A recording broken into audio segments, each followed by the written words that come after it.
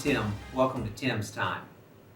Well, I had the occasion to eat with one of our church families a few days ago, and we're sitting in the restaurant.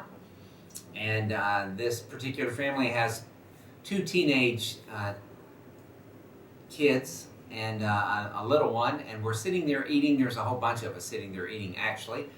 And I reach over to pick up my yeast roll, and as I pick up my yeast roll, the younger boy asked, I would never call his name Tyler, but he asked,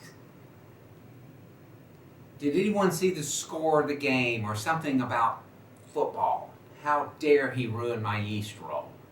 And so I set the yeast roll down, I systematically turned to him, and then I said it with as much grace and loving kindness as I could. I don't want to talk about sports. I don't want to hear about sports. I don't want to hear about football. I don't want to talk about Carolina football. I don't want to hear about professional football. I don't care about baseball. I don't care about any of it. Then I picked up my yeast roll and I continued to eat. Yeah. Now, I was joking, and he knew I was joking, or at least I hope he did.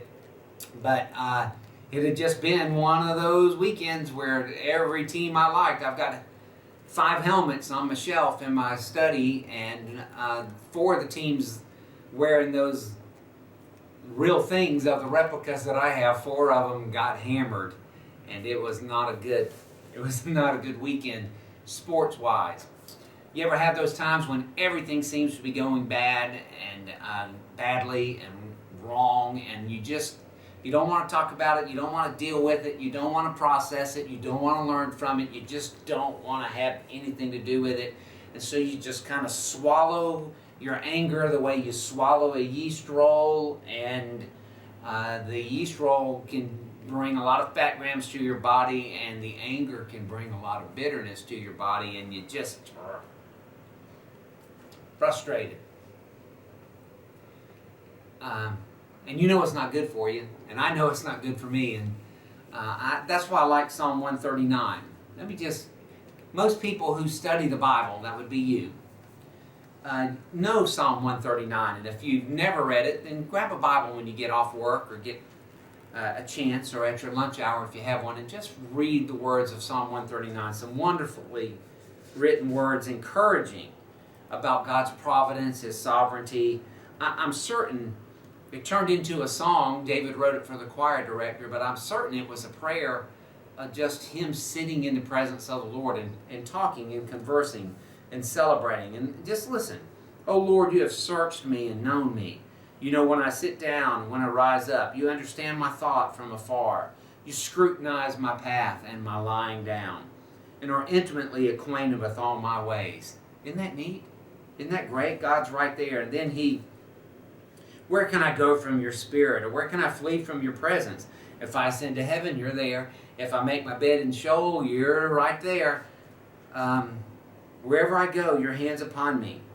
You formed my inward parts. You wove me in my mother's womb. It closes with these wonderful words, and you know them. Search me, O God, and know my heart. Try me and know my anxious thoughts. And see if there be any hurtful way in me, and lead me in the everlasting way. What does that have to do with all your sports teams losing and swallowing the yeast roll of bitterness? Well, my favorite verses, there are 2 of them, maybe 3. I want to share them with you last. They don't seem like they fit, but they do.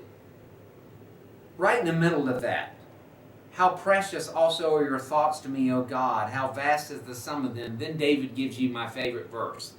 Oh, that you would slay the wicked, O God. Depart from me, therefore, men of bloodshed. Do I not hate those who hate you, O Lord? And do I not loathe those who rise up against you? I hate them with the utmost hatred. Some versions say perfect hatred. I didn't know there was such thing as perfect hatred. They have become my enemies.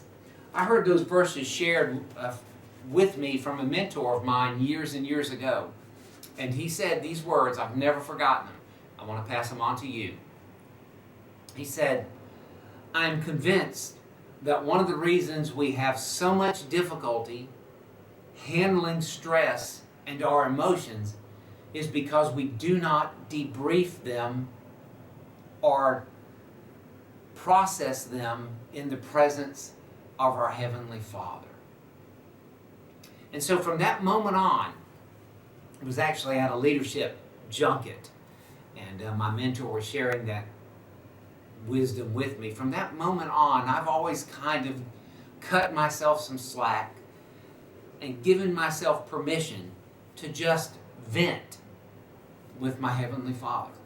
And so there are days, though I'm praying my normal prayers, dear God, thank you for this day and for your provisions and for watching out for me and blessing me and going with me and using me. There are days when I feel complete freedom to just say, Lord, my schedule stinks. My performance has been abysmal. I don't feel like I'm serving you. I'm angry with this. I'm disappointed with that person over there. I'm frustrated because I don't know which direction to go. I am. I don't know that I've ever said, Father, I hate them with perfect hatred. But I believe that if I felt that, I could. Now here's the point, and then I'm going to let you pray and let you go. If you feel that, you can too. And our Heavenly Father is big enough to handle your words and to handle your heart and to handle your emotions. So in the words of the old hymn, it's not only an older hymn, it's one of my lesser favorite hymns. Tell it to Jesus. And tell it to Jesus. Feeling this way, then tell him. Struggling, let him know. He knows. I'm convinced the reason we're supposed to debrief or process our emotions with him isn't because he doesn't know. It's because something good happens when we share it with our Heavenly Father. So do that this week. And this may only be pertinent for a few of you. Most of you might be mounting up with wings like eagles. You're soaring. You're running and not feeling faint. But if some of you are like me and you're thinking about chomping down on that yeast roll of bitterness, put the roll down and talk to your Heavenly Father. Have a fantastic week. God bless.